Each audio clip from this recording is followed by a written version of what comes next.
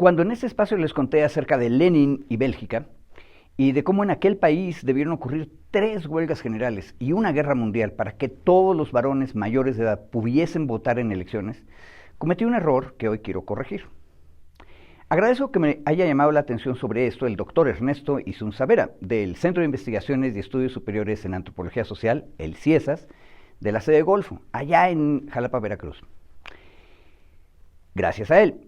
Les contaba yo a ustedes que en Bélgica era, y sigue siendo hasta hoy, un país hechizo, formado por 2 secciones bastante bien diferenciadas y que yo confundí. En el norte se habla neerlandés, que es la lengua de la vecina Holanda, y el sur habla francés. Los belgas que hablan francés son los valones, y su comarca era conocida como Valonia. Yo lo dije al revés.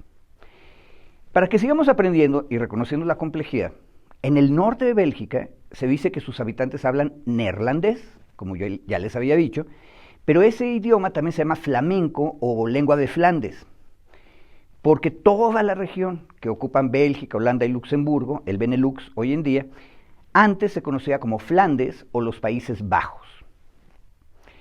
Los estados modernos de Bélgica y Holanda nacieron no solo para crear un ente geopolítico estable en medio de Francia y Alemania, un buffer state o estado tapón, sino para zanjar de manera definitiva una larguísima guerra religiosa que empezó cuando los flamencos del norte se convirtieron al protestantismo calvinista hace 500 años, en el siglo XVI. Holanda es el estado protestante, Bélgica es el estado católico. Por eso decía yo que la fuerza más grande para asegurar la viabilidad del estado belga era que eran los Países Bajos católicos. Y esto hizo increíblemente poderosa a la Iglesia de Roma en Bélgica. Y por eso Lenin hablaba de un gobierno clerical. Ojalá y la aclaración sirva. Como sea, esta aclaración me llevó de regreso a Bélgica y a la política en la primera parte del siglo pasado. Les pido que aprovechemos y nos situemos en el año 1929, hace ya casi 100 años. En ese año, y en Bruselas, la capital de Bélgica, se publicaba un periódico llamado Le XXe siècle, el siglo XX. Era un periódico católico y en ese año era dirigido por el abad, el sacerdote, Norbert Walles. El XXe llevaba 30 años en circulación, había sido fundado en 1898 y su ideología era católica y conservadora. Uno de los fundadores había sido un hermano de un primer ministro. En 1924, Walles fue nombrado director por influencia directa del cardenal Mercier, que era el arzobispo católico de Malinas, que es la gran sede episcopal de Bélgica. Ya ven ustedes por qué Lenin hablaba de gobierno clerical, ¿verdad? Bueno, recordemos también que en una sociedad de masas, el dominio de los explotadores requiere el control de los medios masivos de comunicación. El catolicismo era la ideología hegemónica en Bélgica y el periódico XXe la pieza más importante del aparato de dominación ideológica. El cardenal Mercier y el abad Walles no eran gente primitiva, eran bastante modernos, aunque fueran reaccionarios. Por ejemplo, el cardenal arzobispo era profesor de la Universidad de Lovaina y en el año 1897 escribió un libro titulado Los orígenes de la psicología contemporánea. En este volumencito, el cardenal intentaba, desde el aristotelismo tradicional, un diálogo con las nuevas corrientes filosóficas. En realidad no trata ni de psicología ni de antropología en el sentido moderno, de nuestros días. Pero algo es algo. Eso sí, Mercier nunca dialoga con Freud, quien publicó su interpretación de los sueños 3 años más tarde, en el año 1900. En la Primera Guerra Mundial, este señor, el cardenal Mercier, fue un importante líder de la resistencia cuando la Alemania del Kaiser invadió Bélgica. Escribió una carta pastoral llamada Patriotismo y Entereza, que enfureció a los ocupantes porque promovía la resistencia entre los belgas. El arzobispo fue puesto en arresto domiciliario y algunos de sus curas que leyeron en público la carta fueron encarcelados. Estas acciones aumentaron, por supuesto, la influencia popular del clero católico belga luego de la victoria contra los alemanes. El abad Vales fue más adelante. Siendo sacerdote, se enlistó en el ejército belga y combatió por su patria durante toda la guerra, básicamente con los franceses. Ahora bien, era un hombre de acción y cuando termina la guerra propuso crear un nuevo estado para unir a todos los católicos de Bélgica y de la Renania alemana. Con estas ideas fue a visitar a Mussolini en 1923 y tenía un retrato firmado por el fascista en su oficina. A ese hombre es al que el cardenal arzobispo le encargó la dirección del diario católico Bantiem en 1924. 3 años más tarde, 1927, Vales, el excombatiente, contrata a un joven de 20 años llamado Georges Remy, a quien más tarde vamos a conocer todos como Hergé.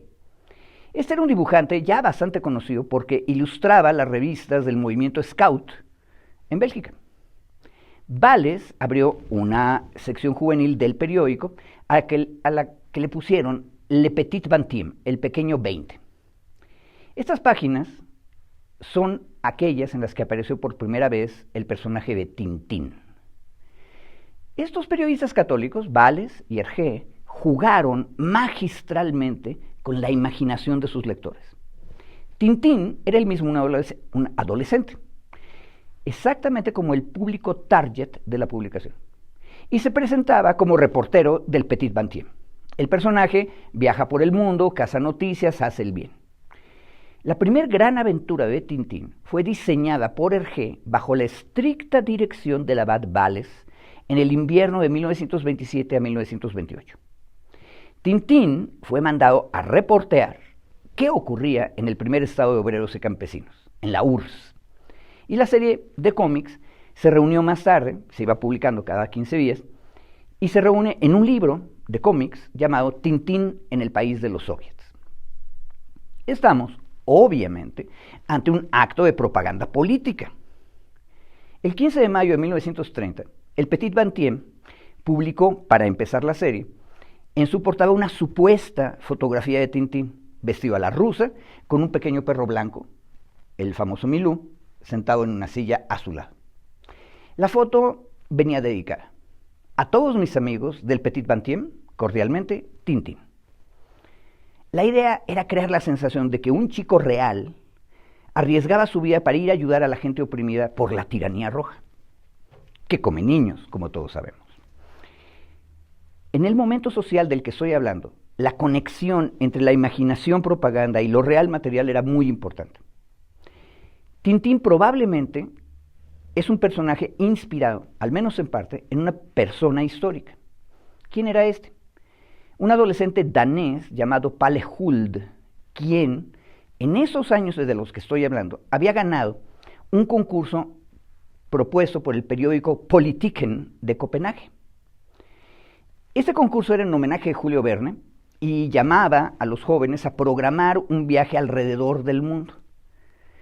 Podían usar cualquier medio de transporte, excepto el aéreo, y el adolescente ganador le iba a tocar dar la vuelta al mundo con el apoyo del diario. Palle Huld, que por cierto era otro Boy Scout empleado en una agencia automotriz, gana el concurso y sale en su odisea en marzo de 1928.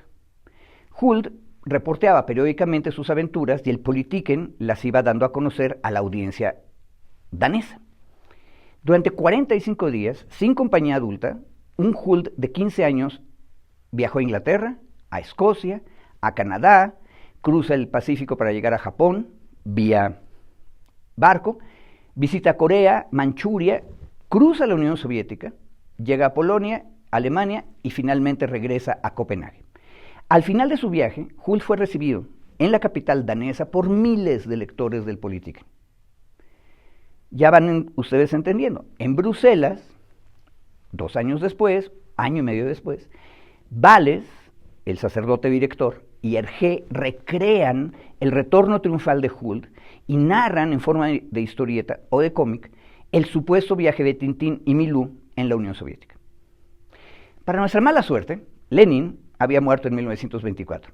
¿Qué nos habría dicho el viejo acerca de la visita real material del muchacho danés en 1928 y de la aventura en historieta de Tintín en la URSS en 1930? No lo sabemos, pero podemos imaginarlo.